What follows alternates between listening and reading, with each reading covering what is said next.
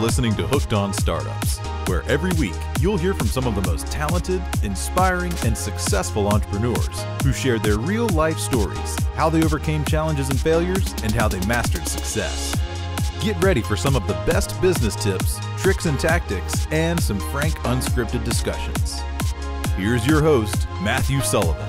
I can't tell you how delighted I am to have you on my humble Hooked on Startups podcast. So, John, welcome.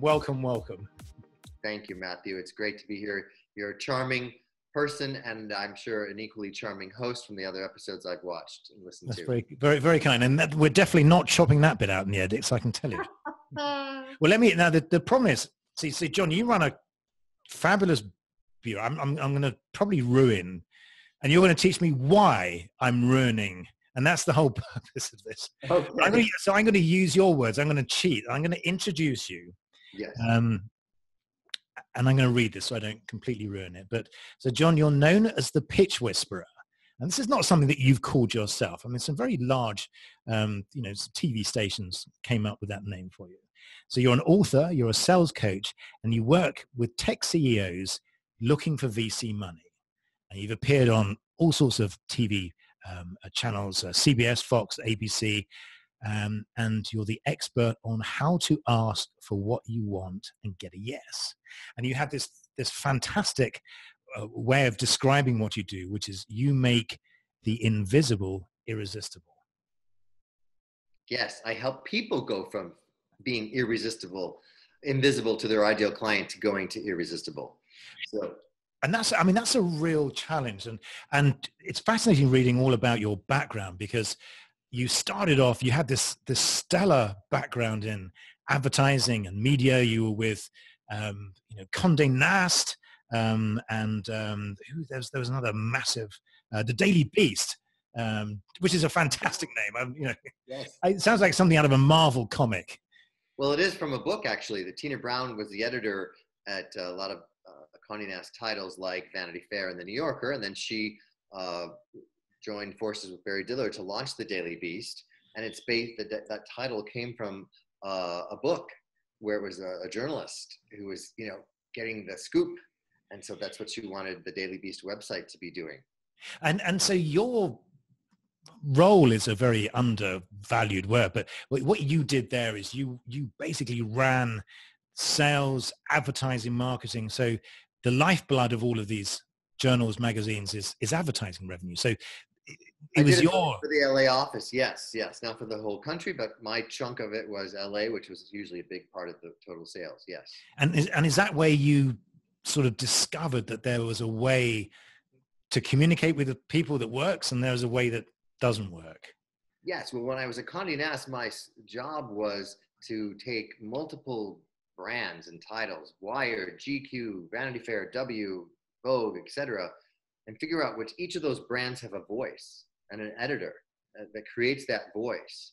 And I would be going to brands like Lexus or Guess Jeans to say to them, here's what all the different brands and voices of these brand titles have across print, digital, and video. And how do we package what you're communicating, Lexus, for example, to that audience for this particular launch of a model, and what's the best combination to reach your ideal audience? So I had to understand all those brands' voices, as well as what Lexus's message was for a particular launch of a new model, and see what combination of platforms and what combination of brands would ideally get them their ideal target to test drive that car. And was this an approach that was different to the approach that was taken by your predecessors?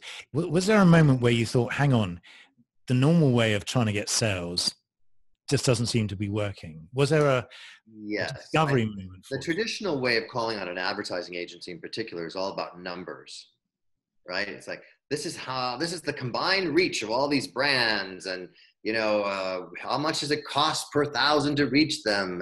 And I would go in with a story.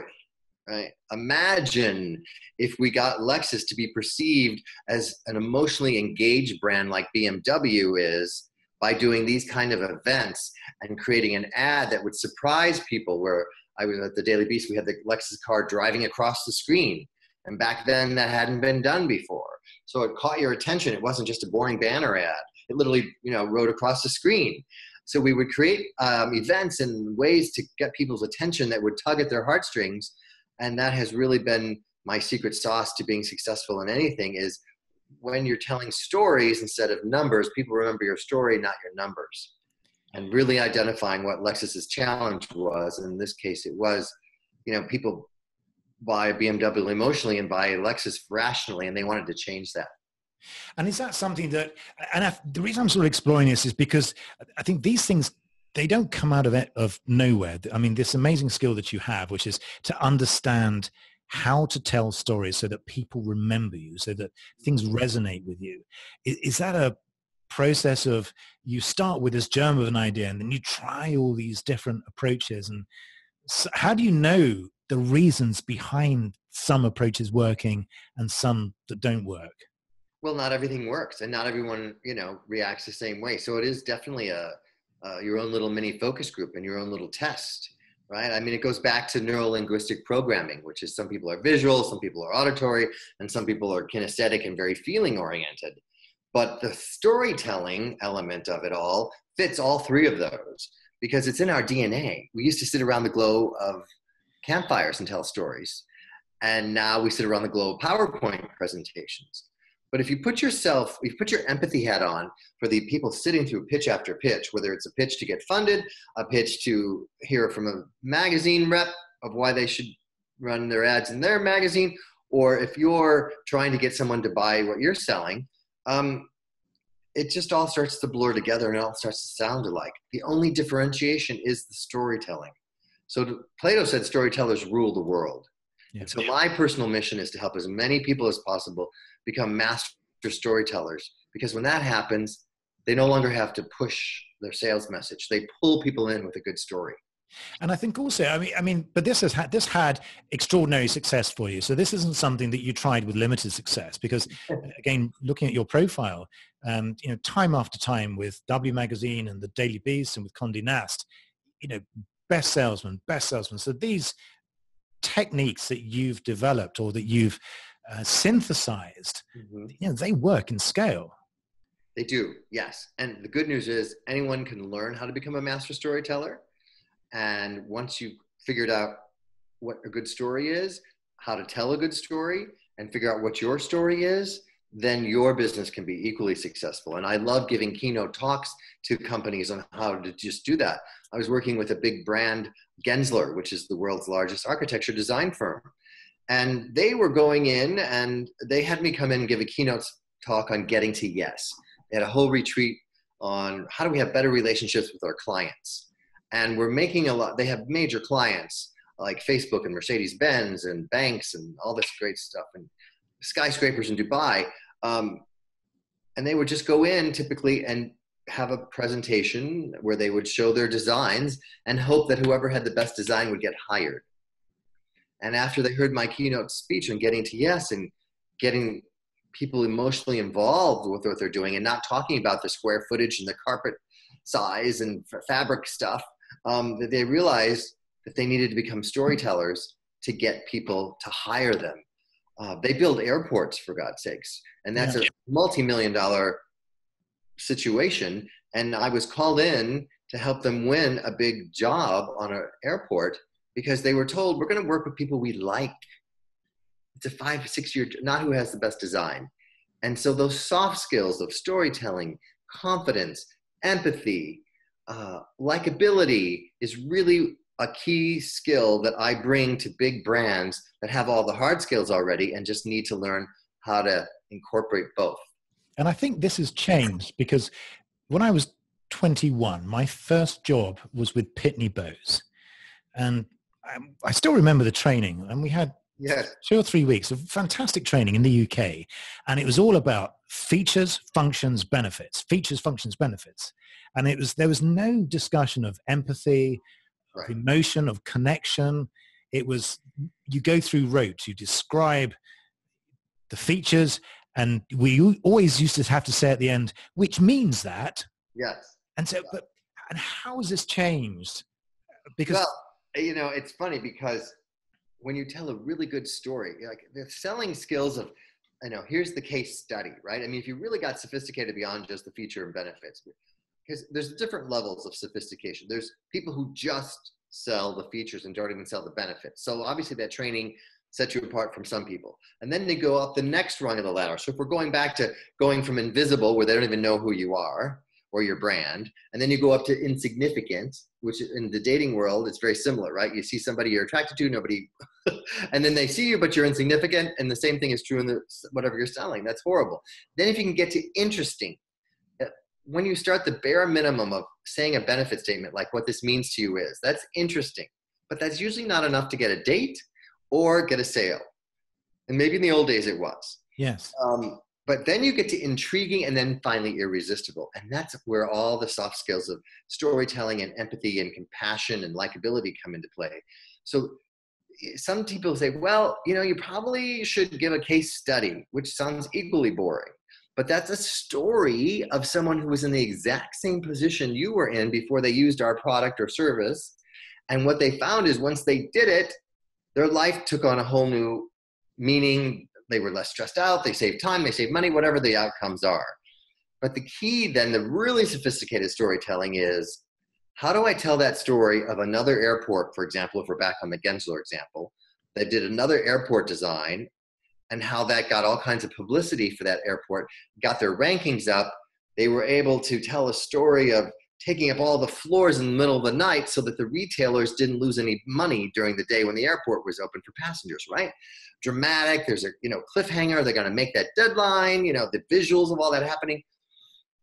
When the potential customer client can see themselves in your story, then they go, oh, I wanna go on that same journey where you've got my back, and now I see. So that's very sophisticated storytelling, which then allows people to go, that's for me.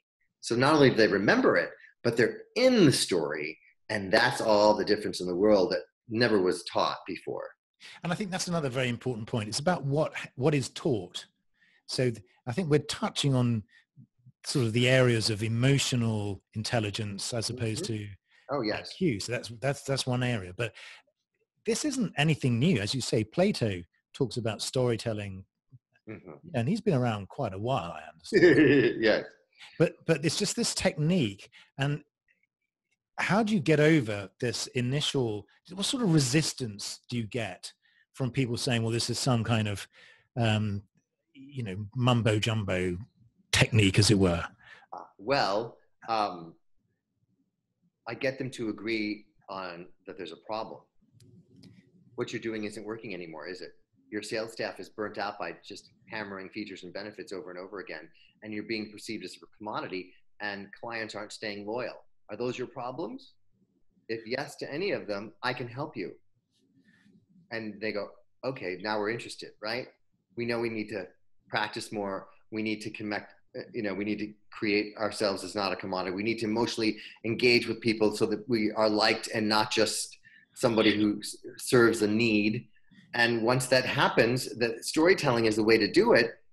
Then all these people out there that don't even want to think of themselves as salespeople, architects, they go, oh, well, I can think of myself as a storyteller and not a salesperson. Now you really have me. And I think that is a critical point. Not only is everything you're doing backed up by significant scientific research, and we can come on to that, in terms of how people are engaging, talking to an emotional state as opposed to an adult state. And that's relatively new psychology. But also, I think the critical thing that you do is you enable people who hate the idea of being a salesperson. Yes. You allow them to flourish. You allow them to bloom, to be who they are.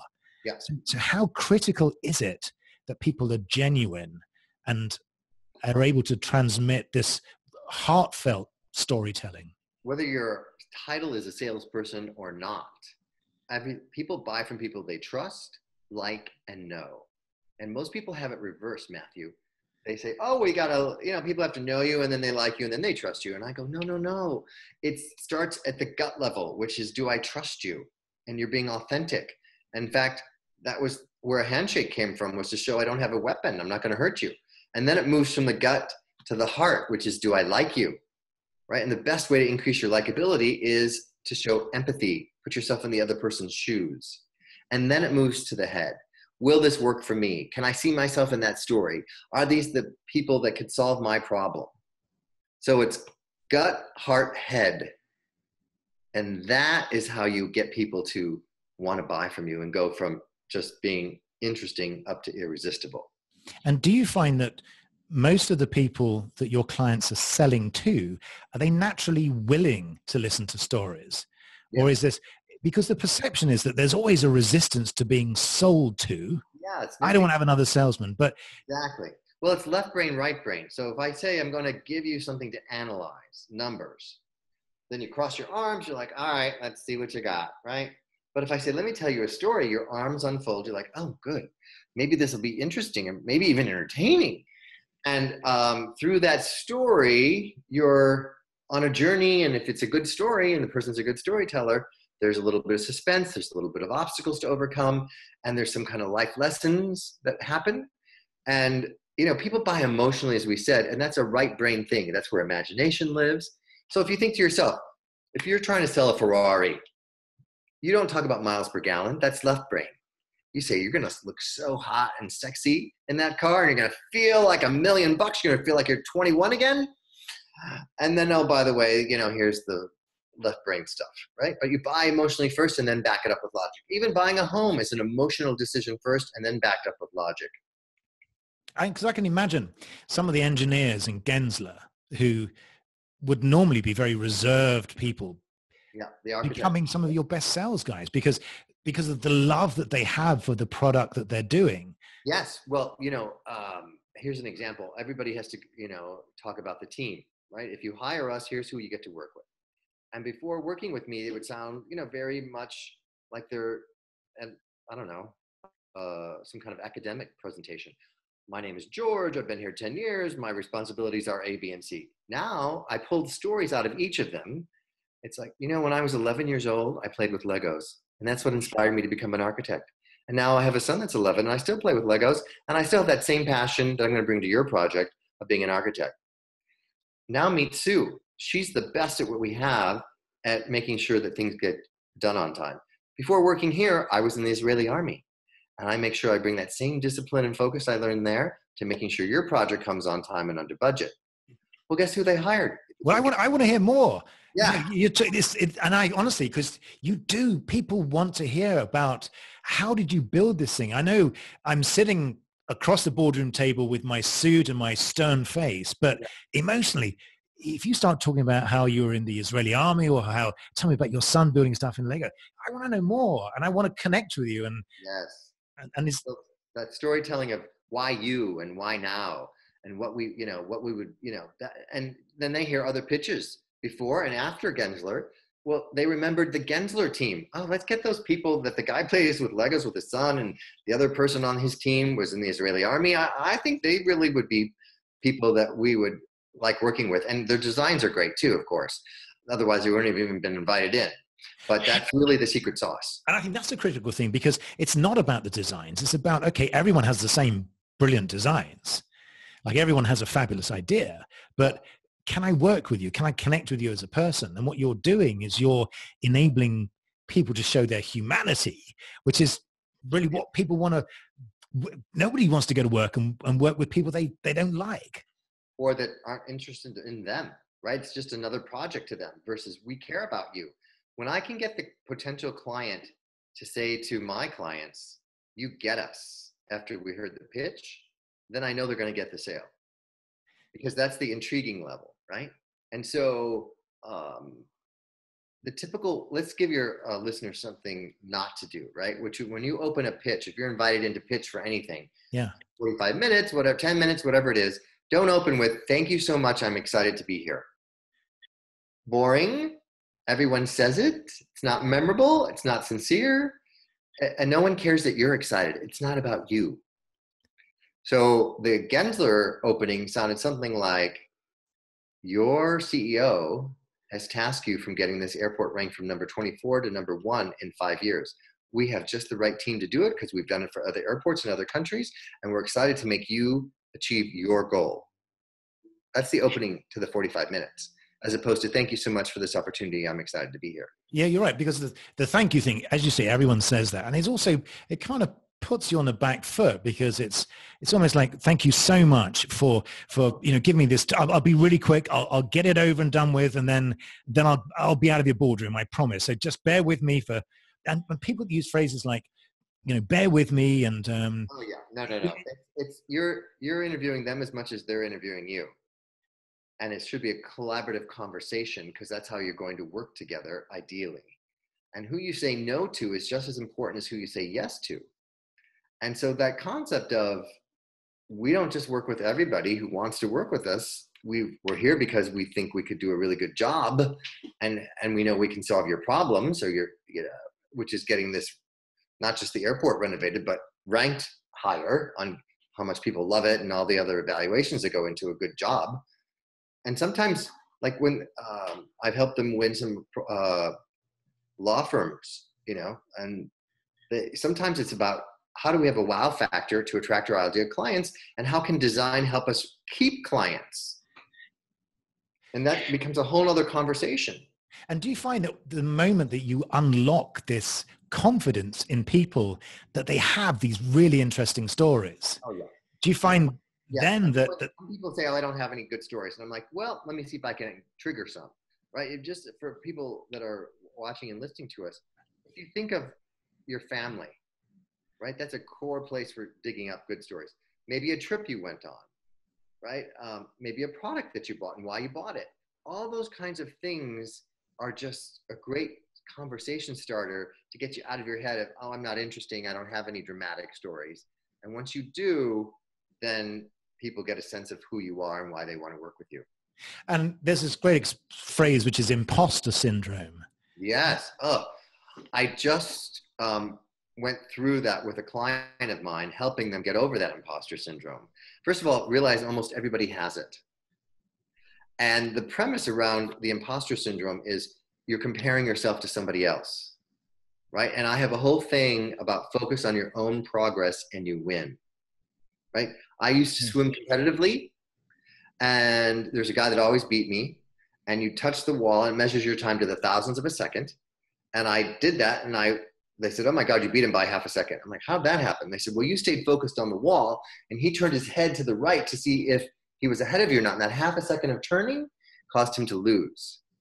So then I went, oh, and I started looking at people who stay focused on being the best they can be and not comparing themselves to other people ultimately win. So the imposter syndrome comes from us getting all nervous about, do people like me? Am I good enough? Are people going to judge me? And I just say, take your nervousness into service, nerves into serve. I'm here to help and serve. I'm not here to get people to love me or judge me. And once you get out of your own head of, am I good enough?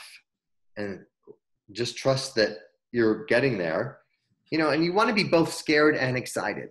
Yes. And I think if you're just scared, that means you're not prepared. And if you're just excited, it means you're not taking it seriously enough. Yeah. But if you're both, you're in the right space. You should feel a little scared and a little excited when you're pitching or getting a new opportunity to do something outside your comfort zone. But if we so a lot of work that you do is with early stage companies looking to raise money from VCs. Yep. So do you get the opposite problem there, where you've got the founder who knows everything and has put this 40 slide presentation together that covers everything the VC could ever possibly want to know. And the moment you start saying, listen, we probably need to think about this. Yeah. Rather than being the imposter syndrome, he's the opposite. He's the guy that knows everything.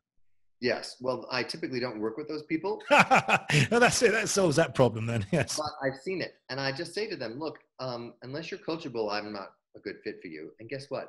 Investors aren't going to invest in you either. They want confidence, but not arrogance, Matthew.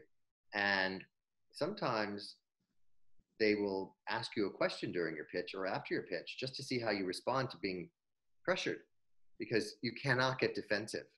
And anybody who pretends to know everything, people think they know nothing, right? And, what they're looking for is tenacity, but also with some ability to take some input in. And this whole concept of trying to explain everything, the investors say, don't try to boil the ocean. Yes. Which is a great expression that, funnily enough, I use quite a lot because, there are people that want to be all things to all people.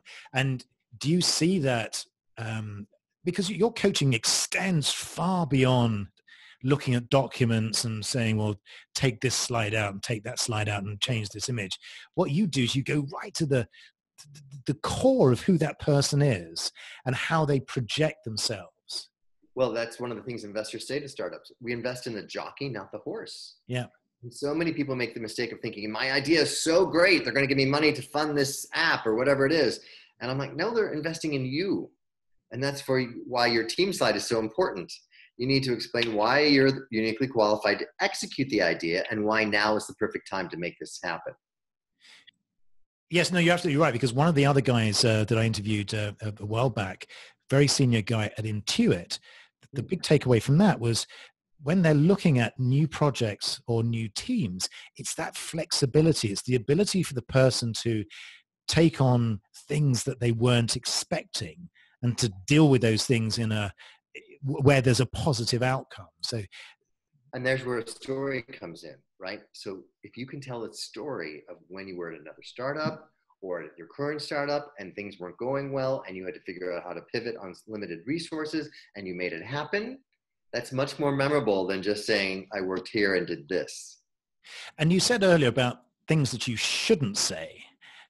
Are there some rule of thumb? Oh, yes, let's go over quickly.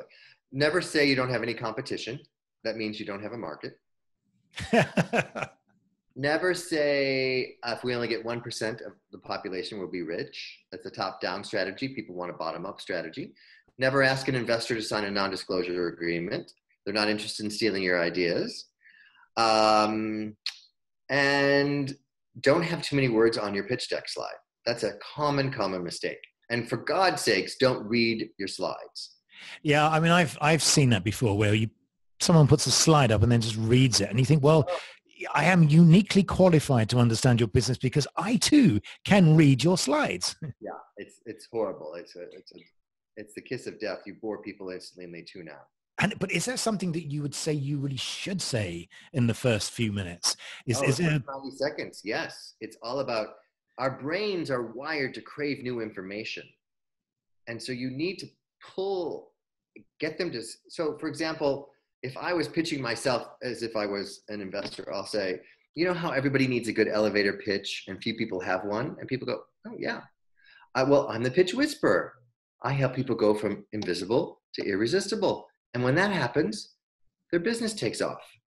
And you're like, oh, that's interesting. And then it's just enough to get people to say, well, what's a pitch whisperer? Or how do you do that? Tell me more. Tell me more. Yeah, and that's what the whole thing is. So I was just helping someone get funded, and they were saying, did you know that the rise in shootings in schools has gone up 50% in the last 3 years?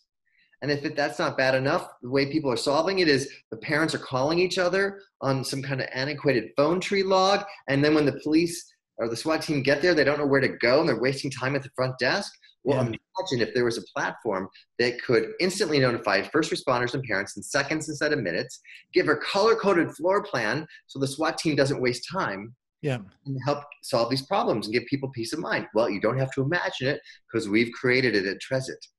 And then you start telling your story. Well, that's the first. Because I'm holding that. I've got that image, and there's a certain amount of time that I'll hold that image and wait for you to explain. Because now I'm on the hook. I was reading the other day about is it the reticular something or other? I'll have to Google this and insert it in the show notes. But the idea is that the brain is programmed to look for stuff that moves, things that. Ideas, things that's moving, because we want to know what is it. And as a statistic that we haven't heard, or putting words together, like our friend Sam Morris, he's the Zen warrior. I'm the whisperer. Those are combinations of words that you haven't heard before. I know what a horse whisperer is. What's a pitch whisperer? And so your brain goes, wait a minute, that's new. And we pay attention to shiny new things that we hear or see. And so that's what you need to do to pull people in the first 90 seconds. Because it's not easy raising capital from VCs. Let's just talk about your experience in the trenches with good companies, investable companies that have worked with you. Well, and another example of that kind of statistic would be, did you know that only 1% of pitches get funded. Investors hear about 2,500 pitches in a year and fund 25. And 24 of those 25 come from a warm introduction. Well, imagine if there was a way to get you with the right pitch in the right room and get you with that warm introduction. Well, you don't have to imagine it, because that's what I do for startups to help them get funded fast. Because, and again, so it's not, and so I'm just trying to just get across the scope of what you do, because it is a real grassroots re-engineering of how the people think of themselves, how they sort of present themselves to other people, but also your connections to VCs. So you have a whole bunch of people that are there contacting you on a regular basis saying, you know, bring me good deals. What have you got? Somebody that's engaged with you and has been trained by you on how to have a good pitch, and they are doing something in the niche that we invest in, please make those intros. So once you have a good pitch, you need to get in the right room. And so I do those kinds of connections for my clients all the time. But again, the pitch is, so the problem with my understanding of the word pitch is it's quite a transitory word. You know, it sort of speaks to something that is short term. You have the pitch and then that goes away. But really what you're doing is you're training people to communicate. Yes. To communicate. And this is going to be critical for them as their business grows, because they're going to have to continue to communicate new ideas to their investors and their clients. Well, when they're successful, they'll hit certain milestones and they'll need to get the next round of funding. And I tell them, you need to pitch to get the right people to join your team versus other startups. You need to pitch to get clients and customers that pay you, and you need to pitch to get investors. So if you can learn how to be a master storyteller, you'll be using that as a startup funder for your whole career. And your skills, are they equally transferable to existing companies that are not startups, who are facing challenges from disruption or from market change? Yes, in fact, that's one of my keynote talks, is how to deal with embrace disruption instead of ignore it, so that you become Netflix instead of Blockbuster. And, you know, I just gave a keynote talk to KPBS down in San Diego, who has to raise $30 million to get a new building. I'm going to be speaking to Anthem Health Insurance about how to deal with the disruption happening in the health insurance world. And yet those people are not traditional salespeople, but there's money being left on the table with the contracts not being used. So whether that's, you know, an architecture firm, or you look at the car company, how that whole industry is being disrupted. And I've given talks to their dealers on how to engage with people and handle rejection. But that whole, you know, the whole world's being disrupted because young people today are not in any hurry to get a car, let alone, So how do you keep your business growing and deal with all that? And if cars are self-driving, then why do I ever need to buy my own car? So yes, it's a lot of brands that hire me to help them deal with disruption inside their industry, as well as then how do they handle their marketing and selling to get new clients. And it's also, I guess, it's how do they maintain innovation within their teams? How do they communicate this idea? Because going back to the idea of your engineer at Gensler, who's suddenly discovered a whole new side to himself because he can explain the story. Do you find that that's equally valuable internally? Oh yes, in fact, they actually had me come back and do an internal. There's a group of architects that are called the tech directors, and they're actually seen as the bearers of bad news all the time. So once Gensler would get a project, this is true of any architecture firm, the tech directors are the ones that the client goes, can we do this? And their instant response is no, because of X, Y, and Z from a technical reason. They're just not thinking in terms of empathy, or, you know what, we can't do that, but let me think about how we can come up with another solution, right? Getting to yes. So they had me help them, the whole division of the team, figure out how they could be part of the pitch, because now they're not taking on the pitches. And secondly, how they could change their internal branding from the bearers of gloom and doom to people who are solution people, as opposed to people who just say no. And who do you work with most? So aside from the small startups where you'll be working, I guess, directly with the founders, in companies like Gensler and these larger organizations, who do you typically work with? Well, it's the people who are responsible for winning new business and keeping new business, right? So that's, you know, the VP of marketing, you know, the regional, you know, co-managers, people who have a stake in the company's revenue growth. And again, from an HR perspective, again as well, there's all sorts of overlaps there, because if you're bringing the ability to make people more in love with their job and more satisfied with what they're doing. Yes. In fact, some of the feedback from the people at Gensler were they felt so thrilled that Gensler had hired me to come train them on these storytelling techniques so that they could become better communicators internally within the company, that then those people become more engaged and more loyal. Because if the company invests by hiring people like me to come and help the people get skills that make them a better person to communicate, that applies across all areas of their lives, then the people feel like the company really cares about them. And that's the key secret to getting people to stay loyal to your company, and they won't jump at the next chance to make 10% more. And you're right. So therefore, the return on investment, it's not just that immediate, John is going to teach us how to get that deal or how to get that contract. It goes much deeper, because the changes that you make, you're actually re-educating people about how they think about themselves. You're getting them over these imposter syndrome fears. I mean, it's almost a seismic change that you're making to some of these organizations. It's disruption in a good way. It's going from pushing your message and being pushy and being seen as the person who always says no and cranky, to pulling people in and being seen as somebody people want to hang out with and collaborate with. And I think the most beautiful thing about this, in the true sense, is that this is something that you have created yourself through years of trying different approaches and, pointing sticks at different buttons, trying to make them work. So, this isn't something that you've borrowed from someone's book and are just regurgitating it.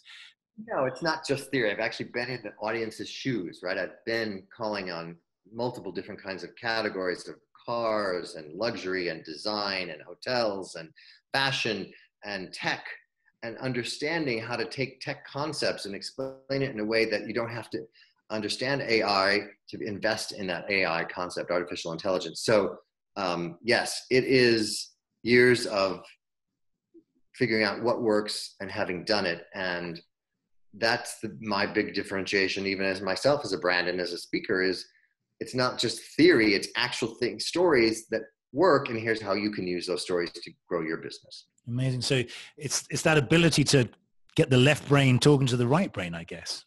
Yes, and a lot of times in companies, there's people who are one more than the other, and when they all can start, the right brain people can start appreciating some of the tech number stuff instead of resenting it, and the left brain people can start tapping into their own storytelling imagination concepts and showing a little empathy, then everybody's meeting in the middle, and that's when the magic happens. And particularly where, because we're all based out on the West Coast, so we have some amazing stories with companies like Apple and Steve Jobs, and who create, and Nolan Bushnell, for example, who within Atari and Apple, they create this environment where people are not afraid to, are very proud of what they do. Mm-hmm. I remember in Nolan Bushnell's book, Finding Another Steve Jobs, he talks about how engineers would demand to stay and sleep overnight because they were so committed. So do you find that you're able to start connecting these disparate departments within? Well, I don't think anybody want to stay overnight, but I can definitely we can work towards that. Yes, to be passionate about their why. And that I have people zoom out, right? What is it that I'm doing that fits into the bigger picture that then makes an impact on the clients that are paying us to do that? So one of the stories that I was able to pull out of the team at Gensler on a law firm redesign when they were pitching another law firm was, when we were taking the law firm on the tour after we had done all of our changes, one woman's eyes filled up with tears because she realized that she was going to be able to work in a space that had light. She was wow. And before, she had been in a dark hallway for the whole shift of 10 hours or whatever it was, being, the paralegal legal assistant. And, no matter who you are, how high you up, if your support team is happy, your life is completely different. And just that little story of somebody being so happy that they were so grateful that they could see the sunlight through the design is much more compelling than just, we put windows in. Yeah. No, of course. But being the person, and it must be amazing just to see that turnaround when you're talking to people and saying, look, you're a brilliant engineer. If you just said it like this, or if you just tell me that story again about that, Yes. and seeing that sort of metamorphosis of the person's face as they go from this dour engineer to this electric character who's in love with his job. Yeah, they light up. And then right before they go into pitch to get the business, they're feeling more confident, they're more prepared, and they are more cohesive as a team. And that whole energy that happens time and time again is so gratifying to me, because I know I'm making a difference to help them make a difference. And then it just keeps being paid forward, which is really what we all want. We want to feel like we make a difference in what we're doing. And that's why I'm so passionate about what I do. And people can usually pick that up. And that's, you know, half of why they're hiring me to come give a talk or train them on how to pitch better, is they're like, you really love this, don't you? And I go, I do. And I think that's so important, because that energy is something that you can't can it. You can't pretend to have that enthusiasm. It's a raw material that is so far been, you know, impossible to reproduce. I was talking to one organization when they were in the process of hiring me to be their keynote speaker. And I said, well, imagine we're having a conversation a week after the event. What would you be hearing? What would it sound like? We're going to have a recap. What would it look and feel like for me to not just done an okay job, but an exceptional job, go above and beyond? And they said, oh my gosh, I don't even know. We haven't even thought that far out, or we don't really. And I said, well, here's what it feels like to me. I said, I gave a talk to KPBS, and they took the time to write a handwritten thank you note and had hundreds of people sign this huge card and mail it to me. Wow. That's when I know I did it above and beyond, right? And they're like, oh, got it. Well, maybe this person, my boss would say, good job to me. The people would say, oh my God, now I feel more confident to do this where I didn't before. Or now I really learned something that I can put into action right away. It wasn't just an inspirational talk. I learned some strategy. You know, you start that conversation going, and that's why they hired me, right? Because you're future pacing people, which is just another strategy on having to get people to say why you. Yes, which is, and again, it's almost like a magic formula, but it's within all of us. It's just telling people, what is the expression, you sort of teaching people to get out of their own way? Yes. Well, you know, the interesting thing that happens is when you start having conversations with people and you get known for one thing, right? Don't try to boil the ocean. So I'm known as the pitch whisperer. Then other things come out of that. So if you're a startup, you have your startup, right? Be known for one thing. Amazon just sold books at first and then started other. So with me, people know me as the pitch whisperer. After they've engaged me as a keynote speaker, and then I become their secret weapon for winning new clients, then it's morphed into, you know what? Do you have any experience in helping us win back a client we lost? Yeah. Well, yes, I do. And oh my God, you're like the cold case detective. We've got this whole list of clients we'd love to win back, but we don't know how to do it. And it's the same skill sets, right? But all you're doing is you're just doing what you teach other people to do. Yes. But they, you know, their way of doing it would be just to go, well, we're going to go in with research. I go, that's not going to win back anybody. They're mad. They don't feel listened to. You need to restore and rebuild the relationship first before they're willing to listen to any ideas.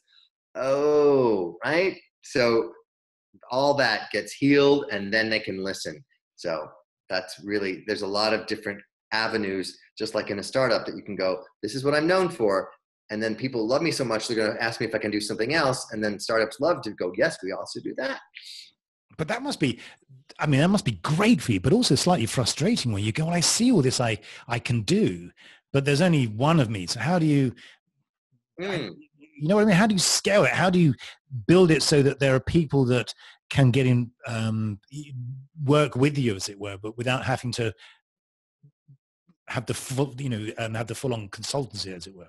Well, I mean, there's ways to create, you know, online courses and things like that for people.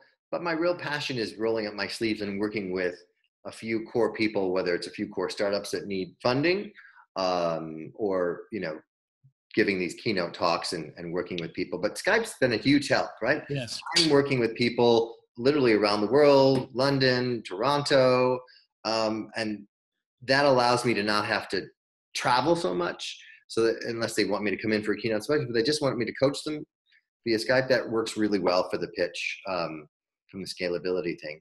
Yes.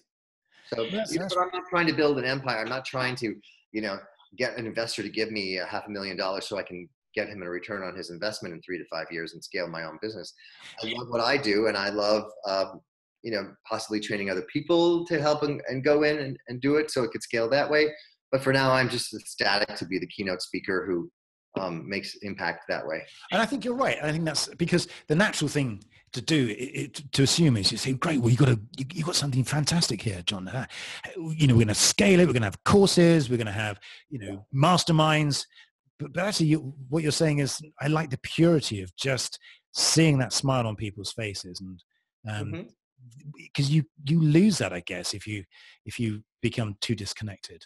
Well, it all depends what your objectives are, right? If you want to make $1 million and you want to scale something and have all this stuff going on and not burn out, but I'm, that's not where I am. I love the life of being a keynote speaker and then doing workshops, and then the few people that, can hire me based on my availability of time. It's supply and demand. And when you're known for getting great results, and like you said, the return on investment for hiring me as a speaker or hiring me to get you funded works, then I don't need to scale that because it's. But I think you'd ruin it. You'd lose the magic. You'd lose that. But you can tell that there's real joy and passion in what you do. So but anyway, look, I've got some questions for you. I have my magical questionnaire that I borrowed permanently from James Lipton of Inside the Actor Studio. This is great for me because I've always wondered, what would I say? And now I get to answer. Yeah, I just like not shout out to James. Thanks again for this. But so the first question is, what is your favorite word? Yes. And the second question is, what is your least favorite word? Maybe. Now, not what I was expecting. Maybe is much worse than no. If you give me a no, fantastic, I move on. The maybe drives me crazy because then I got to go, what's the objection? Is it you? Is it me? Is it not a fit? Is it just your fear? What's the problem here? Absolutely right. You're right. So clarity is much better than, I can't be bothered to think about it. I'll tell you later sort of thing. Number 3, what are you most excited about right now? I'm most excited about being in the final consideration for giving a TEDx talk on how to navigate disruption in your personal life. Wow, that's very exciting. And what turns you off right now? Turns me off. People who insist they're right all the time. I know what you mean. So what sound or noise do you love? The sound of my dog playing with each other and making playful noise. And what sound or noise do you hate? Any living creature that's in pain. Yes, I know. I can subscribe to that one. And what is your favorite curse word? Shit. That is what, these great 4-letter words are just so flexible. I mean, I love that too. What profession other than your own would you like to attempt? Professional photographer. Oh, wow. Brilliant. And what profession would you not like to attempt? Oh my God, there's so many. I think garbage man is at the top. I mean, a refuse technician, I think they're called. Yeah. And the final question, if heaven exists, what would you like to hear God say when you arrive at the pearly gates? Welcome home. Oh, brilliant. Well, John, thank you for being such a brilliant guest. My final question is, how, you're going to have to get some new servers because they're clearly going to be knocked over. But how do people find out more about you? How do they get hold of you? Sure. JohnLivesay.com. Which is my website. It has my podcast that you can listen to, The Successful Pitch. You can just Google The Pitch Whisperer and all my stuff comes up. On Twitter, it's at John_Livesay. And if anybody, sends me an instant message on Twitter or to my email or my website, I'm happy to respond. Good. Well, look forward to speaking to you again, to seeing you again, and following your progress. So thanks once again for being on the show. Pleasure, Matthew. Thanks for having me.